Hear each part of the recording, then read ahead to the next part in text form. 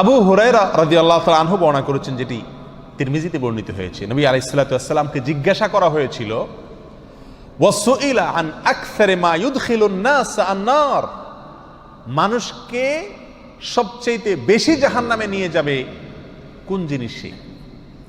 জিজ্ঞাসা করা হয়েছে নবী সাল্লাল্লাহু আলাইহি ওয়াসাল্লামের কাছে, কোন কাজে মানুষকে সবচেয়ে বেশি কোথায় ঢুকাবে? জাহান্নামে ঢুকাবে। কোন অঙ্গের কারণে, কোন অঙ্গের অপরাধের কারণে মানুষ জাহান্নামে বেশি যাবে?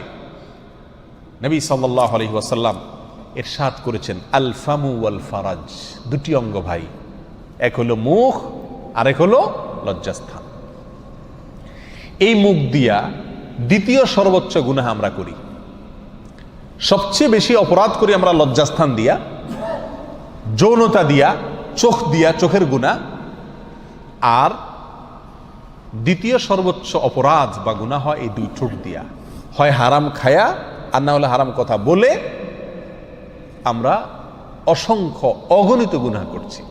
এই হাত দিয়ে এত গুনাহ করা হয় না, দুই পাও দিয়ে এত অপরাধ আমরা করি না, মাথা দিয়ে এত অপরাধ আমরা করি না, অন্য কোন অঙ্গ প্রত্যঙ্গ দিয়ে এত অপরাধ আমরা করি না, যত অপরাধ করি এই দুইটা অঙ্গ দিয়া, মুখ এবং লজ্জাস্থান অর্থাৎ যৌনতা। আর নবী সাল্লাল্লাহু আলাইহি ওয়াসাল্লাম বলছেন, এই অঙ্গ দুটি মানুষকে সবচেয়ে বেশি কোথায় নিয়ে যায়? জাহান্নামে নিয়ে যায়।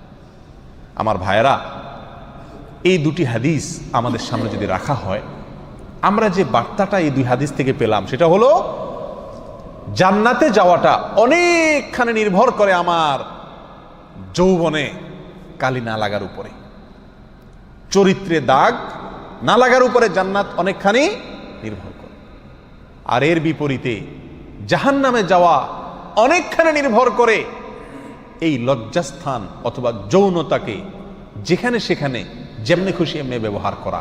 এটা জাহান্নামে যাওয়ার অন্যতম প্রধান কারণসমূহের মধ্যে একটা। প্রিয় ভাইরা, ইবলিস, শয়তান এই হাদিসগুলো সে জানে, আমরা না জানলে কি হবে? ইবলিসে জানে। এই জন্য ইবলিসে এই গুনাহগুলাকে আমাদেরকে দিয়ে সবচেয়ে বেশি করায় ছাড়ছে, যেন আমরা জান্নাতে যেতে না পারি আর জাহান্নামে যেন আমরা যেতে হয়।